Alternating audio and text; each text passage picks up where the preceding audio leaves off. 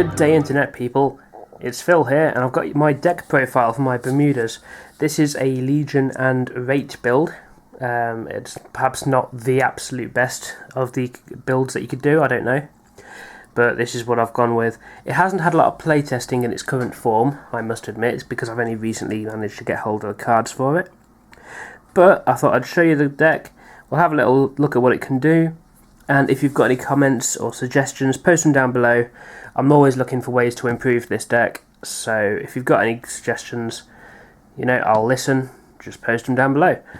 So without further ado, let's get into it. Firstly, I run 2 copies of the starter Duo Lover's Singer Darling. She's got a good skill. Basically, you can put her into the soul to bounce back one of your rear guards, and a rear guard with Duo in its card name. And then any other units with the same name on the field also go back to their hand. That's basically used to bounce back one of the grade 1s, which you'll see later. But yeah, very, very useful starter for this deck. So that's that. Onto the triggers. 4 heal, obviously. And because I like to go aggressive with this, I actually run 12 crit. I'll get to this one in a minute, but there's 4 of her, Madeira, 4 Shannon, and 4 of the new critical trigger from the latest set, which is Duo Love Joker Chulum. Her ability is a good one. From the rear guard, you counterblast 1 and put her on the top of the deck when another unit is returned to your hand from the rear guard. If you have a Vanguard with Duo in its card name, you may pay the cost. If you do, search your deck for up to 1 card with the same card name as the unit returned to your hand, reveal it to your opponent, put it into your hand, and shuffle your deck. This is a great way to clone something when you call it back. There's quite a lot of ways to bounce cards back with this deck, and this is just a really convenient way to get more of that card in your hand. Often can be used to duplicate a perfect guard, or something along those lines. Whatever you need at the time, really. And then onto the grade 1s. I run 4 of Prism Duo Aria, the Duo perfect guard there. Not much to say. I don't really have any of the new ones anyway, but I'd stick to the Duo one just because it's a Duo for this deck.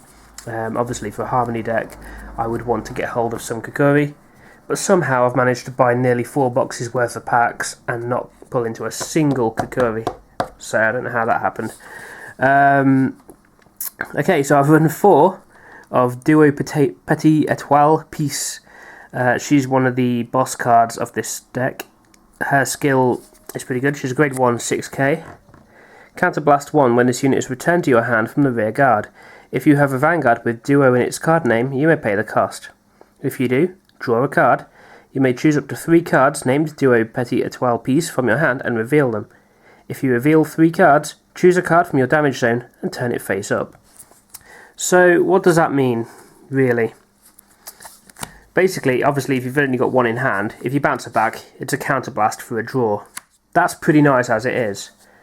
But then you clone it, using the skills we've already discussed, and skills we'll come across later. You want to get yourself 3 of these, or maybe even 4, in your hand. Because once that's in play, say you had 4 on the field, like that, and then you've got your starter there, you put the starter in the soul, you bounce this, you bounce this, you bounce this, and you bounce this, and then you can resolve each of their skills individually. So for the first one that bounced back, you counterblast 1, draw a card, and then you show the fact that you've actually got loads in hand and countercharge, and then you basically repeat that for each of the piece that was bounced back. If you happen to have one of these on the field and another one in your hand, that can get you potentially drawing just, well, tons and tons of cards very early in the game if you do your cards right on it. So yeah, that's her. Strongly recommend for Duo decks to run that card. Next up, I run 2 of these. Duo Clear Parasol Kura. She's the standard when she's placed. Soul Blast 2, unflip 2 damage, or counter charge 2. Can't go wrong. It pays for the cost of doing Reit's restand and if you haven't got enough pieces to unflip, this lets you get some unflip just so you can keep that card draw going. It's a really nice little grade 1, and there's not much more to say. The advantage with Bermuda Triangle, of course, is that you can bounce this back and use it again, so you don't really need to run more than 2 of these. Perhaps it would be wise if I included a bit more in the way of soul charging in the deck, but we'll get to the reason for that shortly as well.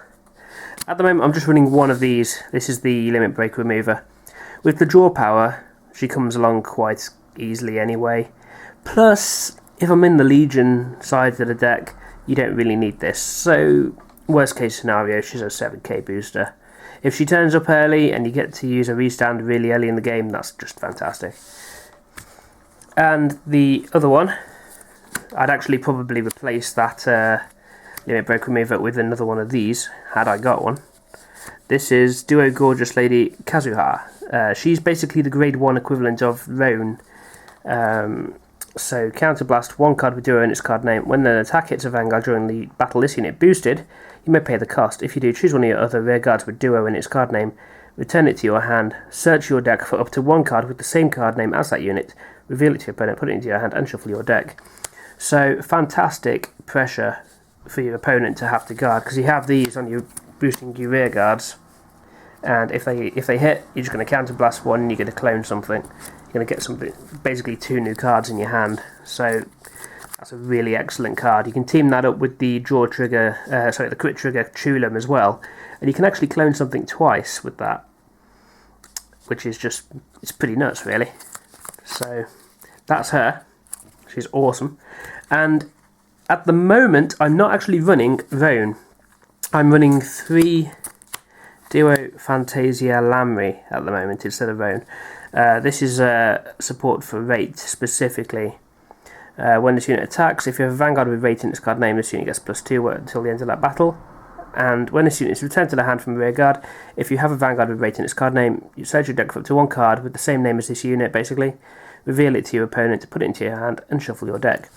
So, if you call this back from the thing when Reit attacks, you can call this back, search for another one, put it into your hand, and then when Reit needs to restand, you counterblast 2. You've got 2 cards with the same name, you ditch them, and then you get your restand, which is pretty nice. There is an argument that I could still run Roan, but then with the other cloning cards, like the crit trigger, the grade 1, and even the Legion stuff, it just doesn't really feel as necessary to run at the moment.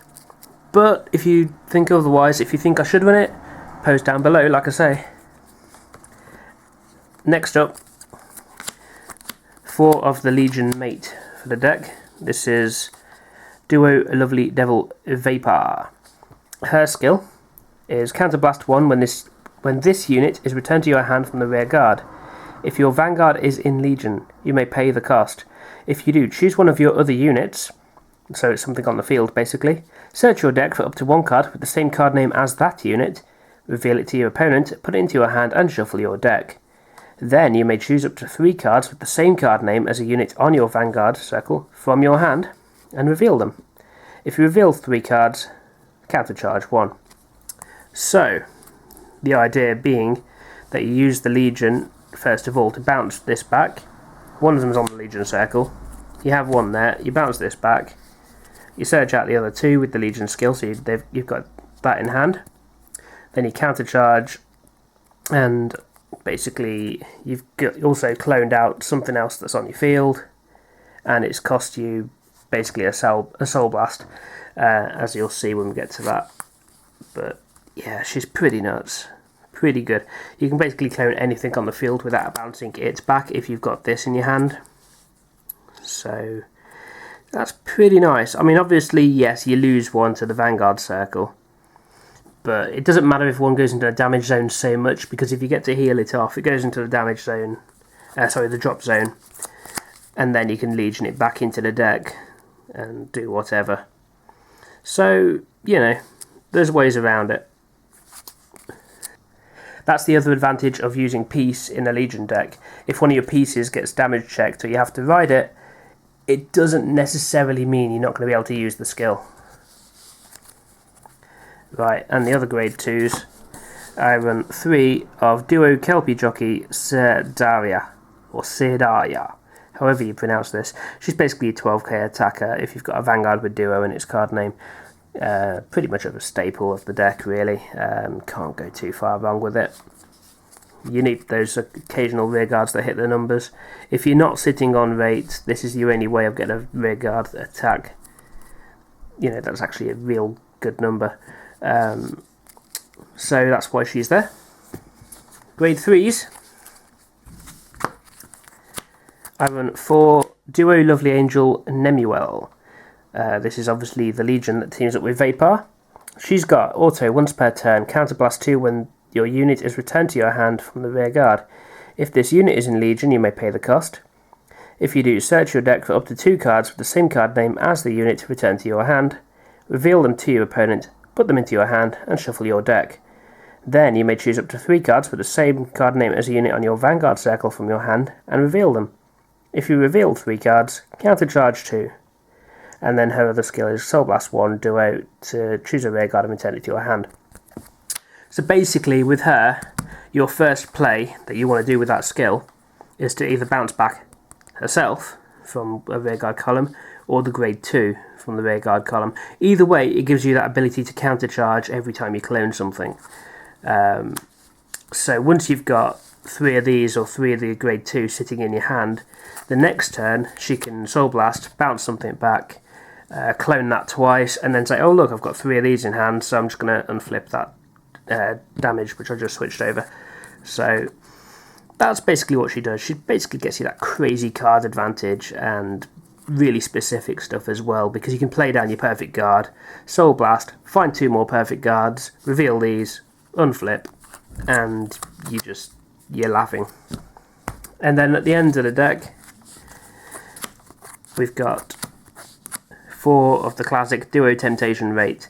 As I've said before, she's got a restand ability. So her limit break, it is. Counterblast 2, at the end of the battle, this unit attacks a Vanguard. You may choose 2 cards with Duo in its card name from your hand and discard them. If all of the cards discarded have the same name, you may pay the cost. If you do stand this unit gets +3 until the end of turn. This ability cannot be used for the rest of that turn.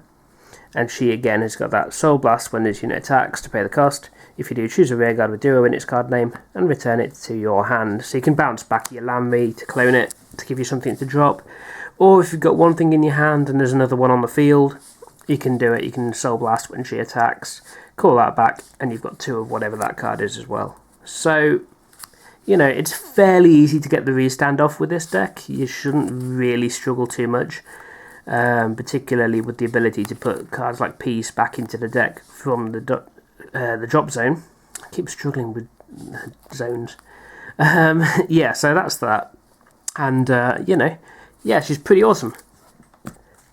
And I do run strides, although they're not really necessary with this deck.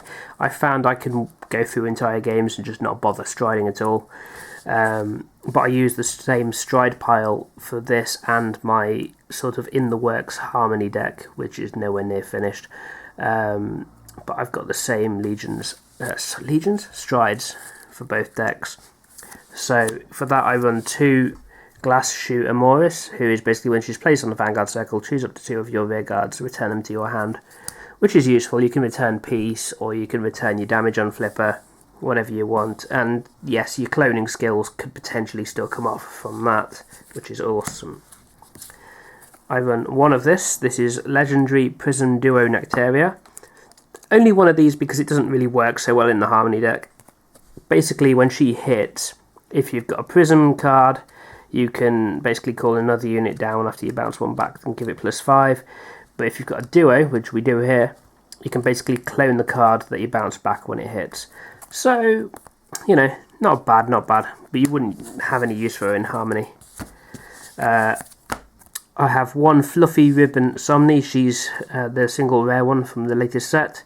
Her skill is when this unit's attack hits a Vanguard, choose 1 of your rear guards, return it to your hand, choose up to 1 card from your hand, call it to rear guard, and that unit gets +3k until the end of turn. Just gets you an extra attack. It's not quite as good as a restand, but then the power you're hitting with just by doing that is 26, which is probably just as good as Miku, to be honest.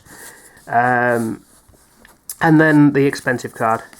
We've got for whatever her name is, School Etoile Olivia.